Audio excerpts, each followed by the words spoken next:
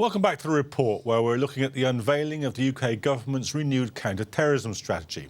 It's been made compulsory for schools, universities, prisons and other institutions to report signs of radicalism to the authorities. But its key programme, the Prevent strategy, has been around for more than a decade, and critics say it's been ineffective. Khalil Charles has this report.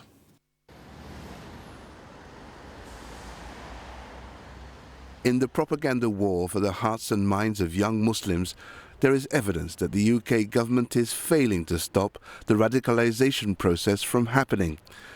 Given the highly publicised cases of young people and families of women and children moving to join the Islamic State group, many have long questioned the government's policies. Earlier this year, 3 Bethnal Green schoolgirls absconded to Syria. The father of one of the girls, Amira, said he had no idea that his daughter was intending to leave. The message I would have for Amira is to get back home. We miss you. We cannot stop crying. Please think twice.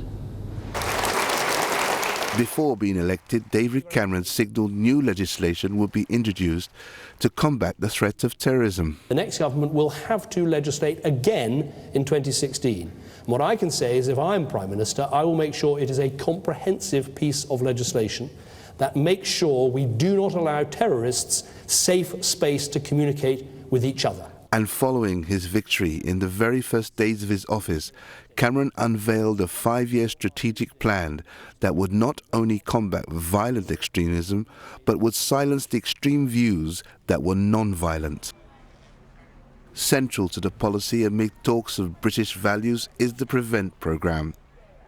With an annual budget of £40 million, Prevent is one of the 4 strands of contest, the acronym for the UK government's multi-pronged counter-terrorism strategy. The other strands are Pursue, Prepare and Protect. Raza Nadeem of the Muslim Public Affairs Committee, MPAC, believes the Prevent strategy makes Muslims the target of suspicion. With Prevent, it goes back to the time of Tony Blair, when he was in charge with the new Labour government, and it was set up as a. And the thing is, many Muslims thought it was a good idea at the beginning. It was about engaging with Muslims, finding out what's going on in the Muslim community. But over the years, we have seen it evolve into something which is very draconian, very kind of Big Brother style, and it treats Muslims as if we are criminals, as if we have something to blame.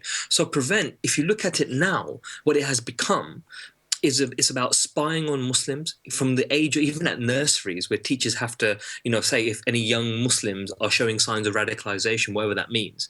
And, even at doctors, university level, all these, it's different kind of public bodies are being used as wings of the government to spy on Muslims and say, are they showing signs of radicalisation, or are they non-violent extremists?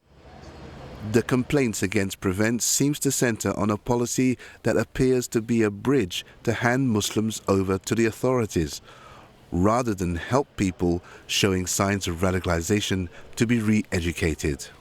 I don't agree with these kind of laws that you take the passport away and all that. I think those people who are gone on that path, I think they need some kind of counselling, and they should be educated and not to go on that path. The Home Office says that the Prevent programmes are now in place in all key sectors, including local government, health, education, prisons, immigration and charities. But campaigners like Raza Nadeem want a change of approach. There are many roles that Muslim groups like MPAC UK and CAGE and other groups can play. And that is, one is actually providing the government an actual forum to Muslims on the ground. And I work with Muslims all the time, who actually live real lives, who aren't kind of government spokespeople or going to give you the sound bites that you want to hear. They'll tell you the reality of what they're facing in their communities where they live in the UK. They'll tell you how they really feel when they see pictures of dead Palestinian children or dead Syrian children on their social media feed. So what different groups can offer, like MPAC, is an avenue for the government to talk to real Muslims.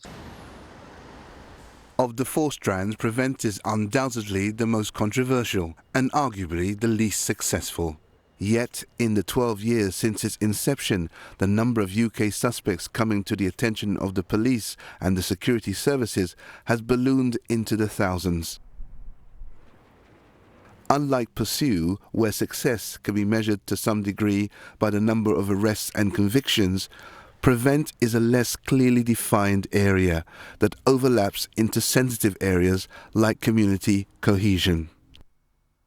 Whatever the merits of the Prevent policy, the debate is set to continue for the next 5 years of this Conservative government.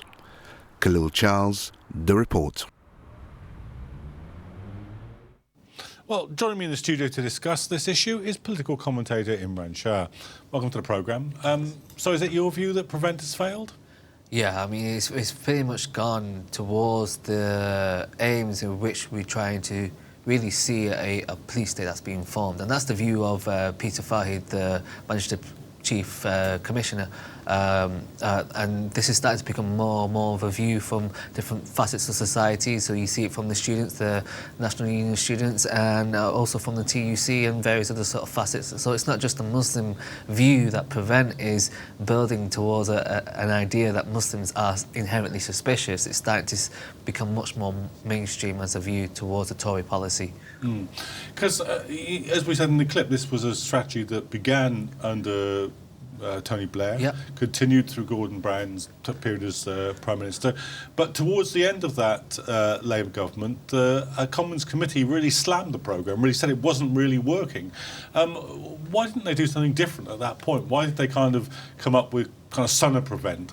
Well, I mean, we started to see very clearly in the last few years as to who's driving that sort of government policy. So the likes of William Shawcross, who is from the Henry Jackson Society, who's running the Prevent type styles of policy inside the Charity Commission, the likes of Quilliam and various other sort of neoconservative outfits, they are the chosen people that the government are pushing for policy. And even during Tony Blair's era, it was Quilliam, it was the same sort of think tanks, the same sort of policy driven sort of think tanks that were essentially driving that agenda. At no point were the Muslim community, and still are not, being consulted, like the likes of MEN, likes of MPAC, likes of MCB and CAGE. These are the sort of organisations that are being demonised from either the cabinet or from like mainstream media.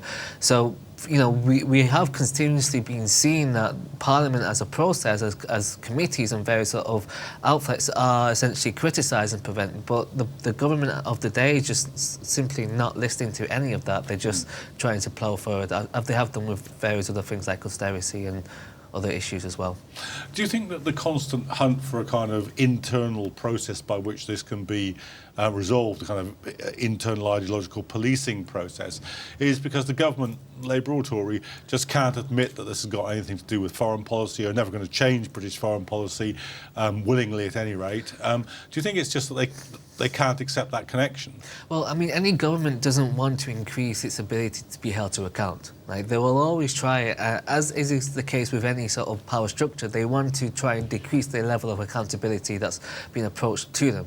So as a consequence, when you have like the likes of the arms industry, like you have the sort of the elites, the new Labour, the rich sort of type of lobbyists that are influencing politicians, and when you have those sorts of people in power, they want to be able to reduce their ability, the people's ability to really expose what they're doing behind the scenes. So we see Liam Fox a number of years ago that actually driving business deals around the world when it came to arms trade. We see it now even with Cameron when it comes to Egypt and Saudi Arabia.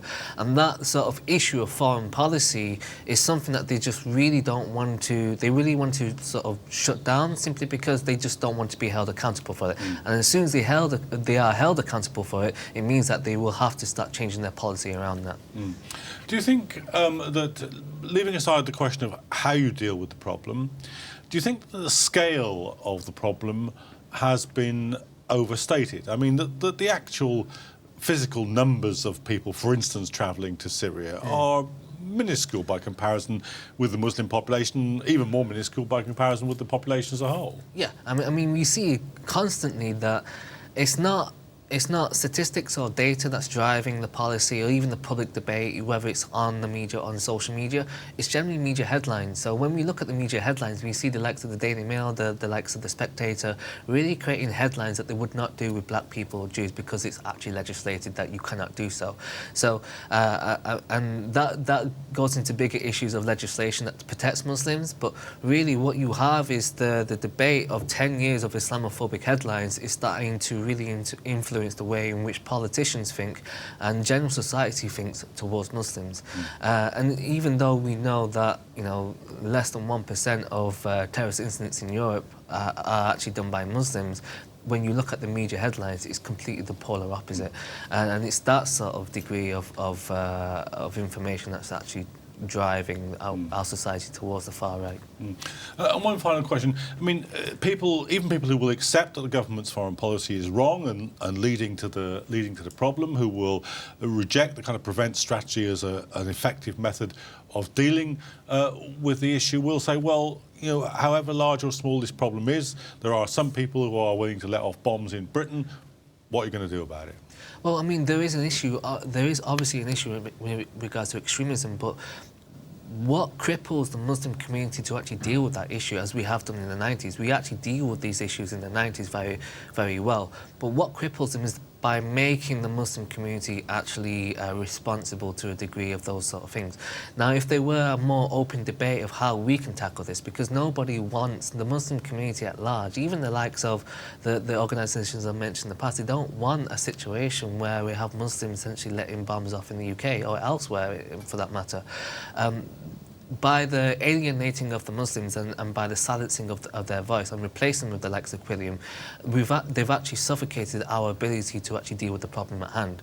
And as a consequence, the government is moving towards sort of more draconian measures as a consequence to try and control Ofcom, to try and get the police to do the job, which is again raising issues of a police state that is becoming much more vocal.